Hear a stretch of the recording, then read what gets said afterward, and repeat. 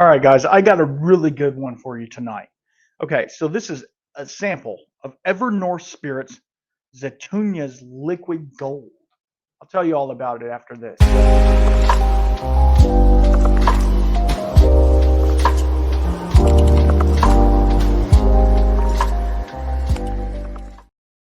All right, this is a little sample I got from my buddy over at the Bourbon Jerk, Tom over there. He gave me a sample of this, and EverNorth Spirits. If you don't know about them, they're a pretty amazing little blending house or whatever you want to call them, NDP.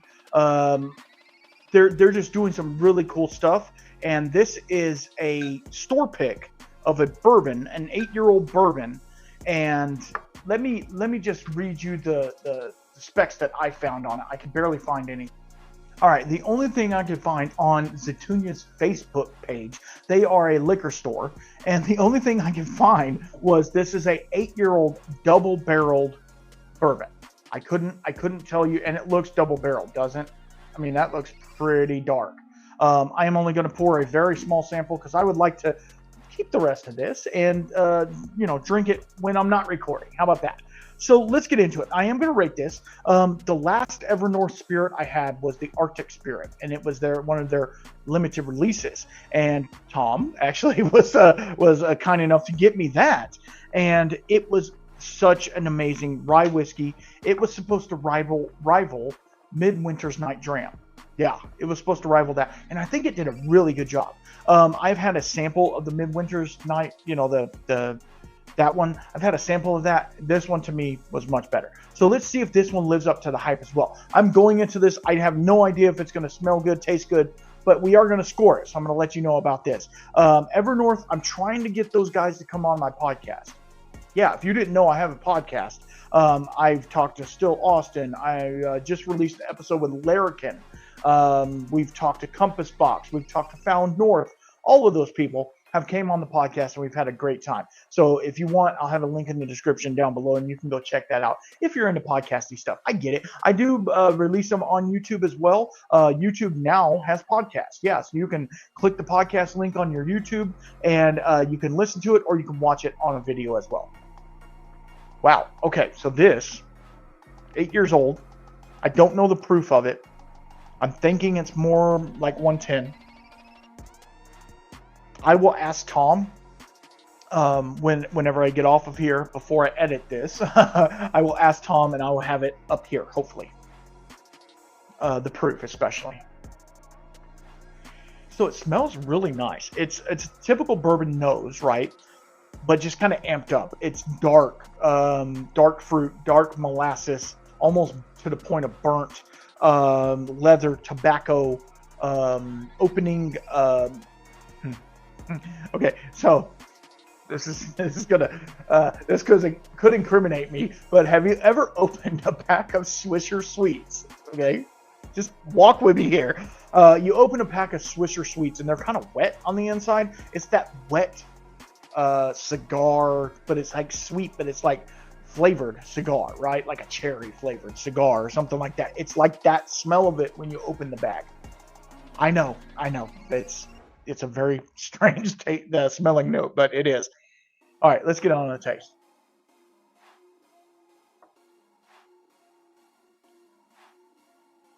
Okay. It is tannic. I'm not going to lie. It is tannic, but it's not over tannic. It comes to that threshold of where it could be over tannic, but it's not. It gets to there, and you're like, oh, is this going to be too much? And then it comes through with a really nice, I'm going to say, and I don't normally say this tasting note a lot. I'm going to say watermelon. Yeah, that's a little, or maybe cantaloupe. Okay, you guys, I don't eat cantaloupe. I don't care for it. But whenever you have cantaloupe and people put salt on it, have you ever put salt on a cantaloupe, right? It's like that. I've had it a couple times. I don't care for it. I'm not saying I don't care for this, but it's like the taste of the smell. I know it's the taste of the smell. Just work with me here. These tasting notes are off the wall. I'm sorry. It's the taste of the smell of salted cantaloupe. I'm going to make a sticker out of salted cantaloupe. It's really nice. Don't get me wrong. It's really nice. EverNorth, if you're watching this, I'm sorry. I'm not trying to screw up your tasting notes here. But I just have to give you what I got. You know what I mean? Oh, man. Okay, so now let's, I'm going to go, well, no, we're going to rate it. I'm not going to give you the finish because the finish lingers with the oaky tannic part, old shoes, old leather shoes, dusty books, as my buddy, your drinking buddy, likes to say, grandma's house. That's what it kind of smells like. Well, okay, grandma's house, if she has leather chairs, and it smells a little bit like potpourri and musty. It's like a little musty because you don't open the windows a lot. Yeah, it smells like that or it tastes like that on the finish. All right, so let's go ahead and rate this before I go off the walls again. I rate all of my reviews are done on nose, taste, palate, and would I buy again. Obviously, the last one, it's a sample, and I didn't buy it, so that one's kind of a gimme. But would I buy it? Is basically what and there's going to be a lot of these this year. I need to get through some samples. I have a whole plethora of samples right there I got to get through. Some really good, some weird, some off the wall, some you've never heard of. So stay tuned to that. It's not only going to do reviews. I just got to get a couple of these knocked out because I got a lot of samples back there. So, all right. Yeah, that is dusty. That is caramel, vanilla. I'm going to give that an 8.5. Yeah, 8.5. It's really nice. Doing really good. All right, let's get it on the palate.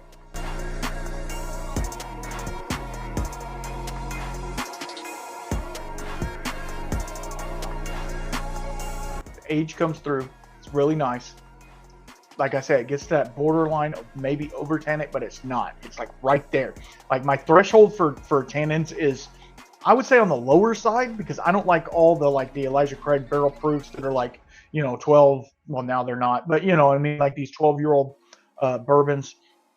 And this one being double oaked, it really comes through really nice with the cherry, vanilla, leather, tobacco, all of those things. It's really hitting. So I'm going to give that an 8.5 as well. Yeah, it's really nice. It's hitting really good. So now on to finish. Unfortunately, I have to have another. Well, we're going to kill that little drip.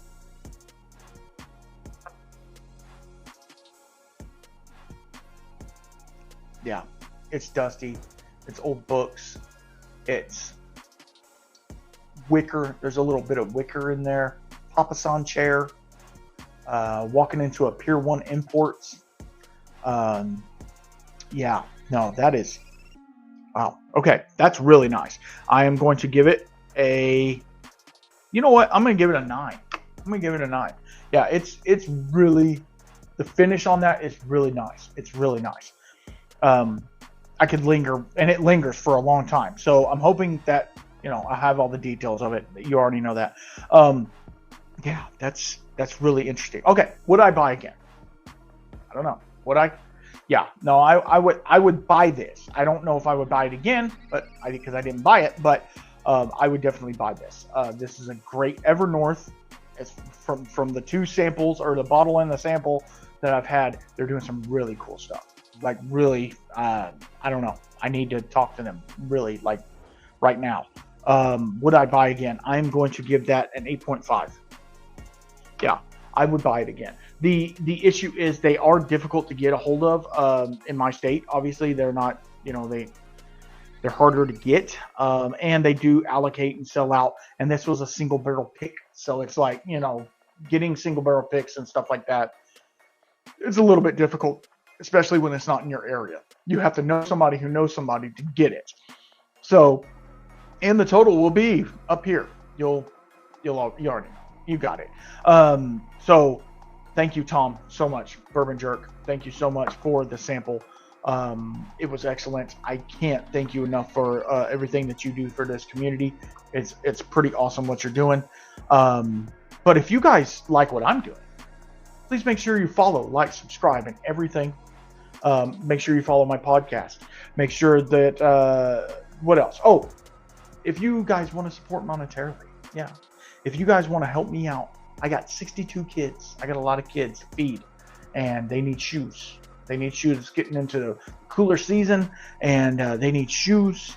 And one way you can help them is you can go to patreon.com/thewhiskeyshaman and sign up and buy my kids shoes. Yeah. Yeah, no, I'm joking. I don't have 62. I have 2. Anyway, I'm joking with y'all. But yes, we do before the episode exclusives, all the things. They will get this episode before you guys do. It's a turn and burn for them. I have to record it and give it to them as soon as I can. So it puts a little fire underneath my butt, which is good. I need that. So I want to also thank all of my sponsors. Yep, I got a couple of them. Bad Motivator Barrels. Click the link down below and get you a barrel. Z Smith Whiskey and Mixology. This dude is doing some amazing stuff in whiskey. You need to go check him out. And HinterhausDistilling.com. Go there, pick you up a bottle. You've heard me talk about Hinterhaus before. They're doing some amazing stuff, as well as EverNorth. Obviously, these guys are killing it. And my new sponsor, Texas Whiskey Festival. That's hard to say, right? Texas Whiskey Festival that is going on April 12th, 2025. Yep. At Bee Cave at the Star Hill Ranch. If you guys ain't ever been to the festival, it's an amazing time. There's going to be between 30 and 40 Texas-based distilleries there that you can try samples from everything. They have the VIP section. You get a cigar and a free pour and all of the things. So go to their website. I'll have it all linked down below, as you well know. So y'all be good. Thank you very much. Thank you, Tom, for the sample. Y'all be good. And until next time, keep your spirits up.